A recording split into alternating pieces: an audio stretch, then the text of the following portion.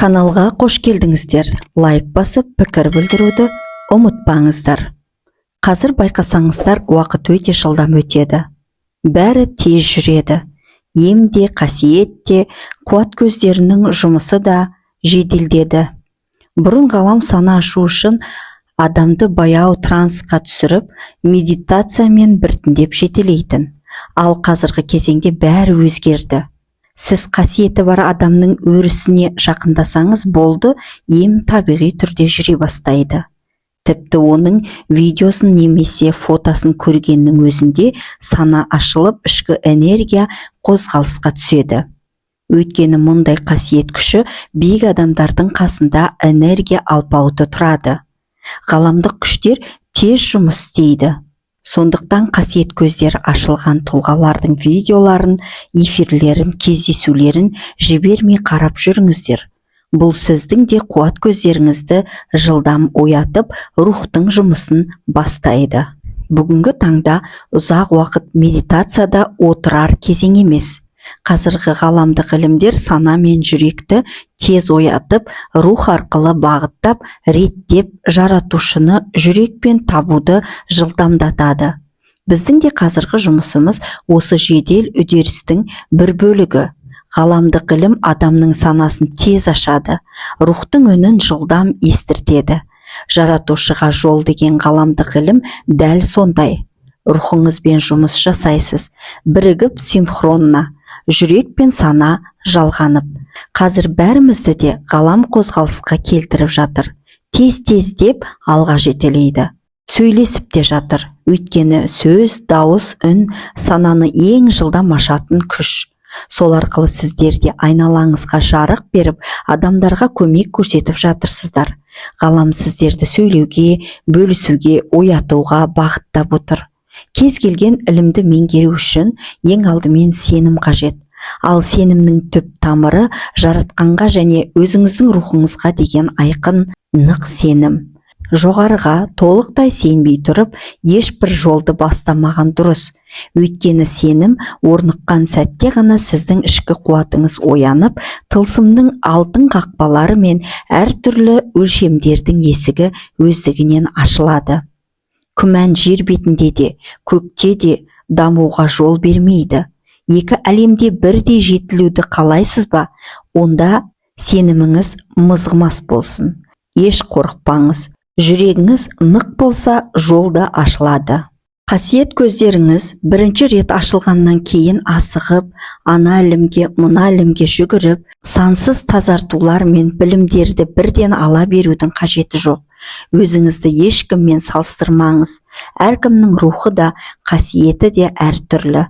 Ұқсастық пен айырмашылық бірақ нәрседе анық байқалады. Сенім мен өзіңізді бағалай білуде. Рухтың бәрі батыл. Неліктен біреудің жүрегі ерте ашылады, ал біреудікі кеш? Себебі өзіне деген сенімнің әлсіздігі. Бұл шынымен менің қасиетім бе деген пенделік ойлар алға жібермей ұстап тұрады. Ал жоғарыда сіздің ойыңыз да, ниетіңіз де айқын көрініп тұрады. Рух ретінде барлығыңыз мықтысыздар, бірақ жан ретінде ой, ниет, әрекет әртүрлі. Рух сіздің ойыңызды да, әрекетіңізді де бақылап тұрады. Сондықтан өзіңізді салыстырып, асығып, әр курсқа, әр сабаққа, әр ілімге жүгіре бермеңіз. Белгілі бір деңгейден өткеннен кейін өзгеріс кемінде 4-6 ай толық қалыптасады.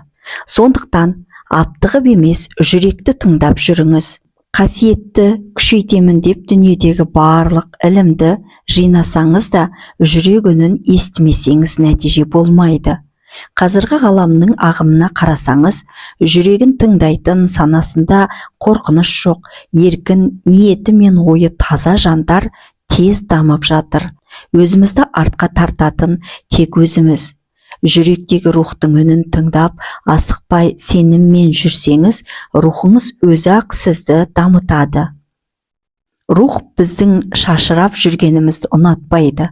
Өйткені әрқайсыңыздың рухыңыз жинақы, батыл, миссиясына берік, өзіне адал, судай мөлдір, таза, тұнық әрі терең. Ал біз жан ретінде көбіне шашыраңқымыз. Күйбең тіршілік келгенде сенім жан жаққа бөлініп кетеді. Біреуге күнә артатын кездеріміз бар. Артық ой мен артық сөз де көп. Рух бізбен біріккен сайын оның талабы да күшейеді. Ол жүрек арқылы мені тыңда деп үйретеді. Бірақ біз оны көбіне естімейміз. Жүрек пен ойдың үнін тыңдаудың орнына сыртқы әлемге алаңдап, даланың дауысына құлақ түріп отырамыз. Ал рухыңыз сіздерді өзіне ұқсас болуға, терең, тұнық, таза судай болуға тәрбиелеп жатыр. Рухымен біріккенше адам асығады. Бірақ біріккеннен кейін талап та, өмірлік сынақтар да күшейе түседі. Өйткені сіз бұрынғыдай санасыз әрекет жасап, еркін жүре алмайсыз. Рух бірден өз орныңызға қояды. Рухтың мектебі мен тәрбиесі ең қиын мектеп. Өсек айтсаңыз, немесе артық сөз сөйлей бастасаңыз, бірден өз ісіңмен айналыс. Біреуде нең бар деген ескерту келеді. Тіпті тіліңізді қысқартып, артық сөйлеуді тоқтатуға мәжбүрлейді. Біреудің өміріне араласа бастасаңыз, соған ұқсас жағдайды өз басыңызға беріп, сабақ өзіңе деп түсіндіреді. Яғни басқаның өміріне араласпа, өзіңмен айналыс деген қағидамен орныңызды нақтылайды. Рухтың жолында есею оңай емес, бірақ дәл осы қиындықтар мен ғажаптар арқылы сіз шыңдалып тазарасыз. Рухтың үнімен жүрсеңіз қателеспейсіз. Ғаламда бір үлкен құпия бар, оны сізге ешкім түсіндіре бермейді. Жүрекпен жүрсеңіз, бақыт та өз жолымен келеді. Қаражат та ағады, миссияңыз да табиғи түрде орындалады. Бұл үшін ойыңыз еркін, шектеуден биік болуы керек. Жүрек жылы, мейірімді, терең болсын. Ал сана айқын, сабырлы, бәрін дұрыс бағымдайтын болсын. Жүректің жылуы мен сананың айқындылығы үйлескен сәтте адам өз жолын еш шатастырмай табады. Міне, дәл осындай тепе-теңдікке келгенде қасиет те сізге сынаға келмейді. Қайта ғажаптар мен жеңілдіктерді сыйлайды. Өйткені жүрек пен сана үйлескен жерде рух та тыныш, жол да ашық.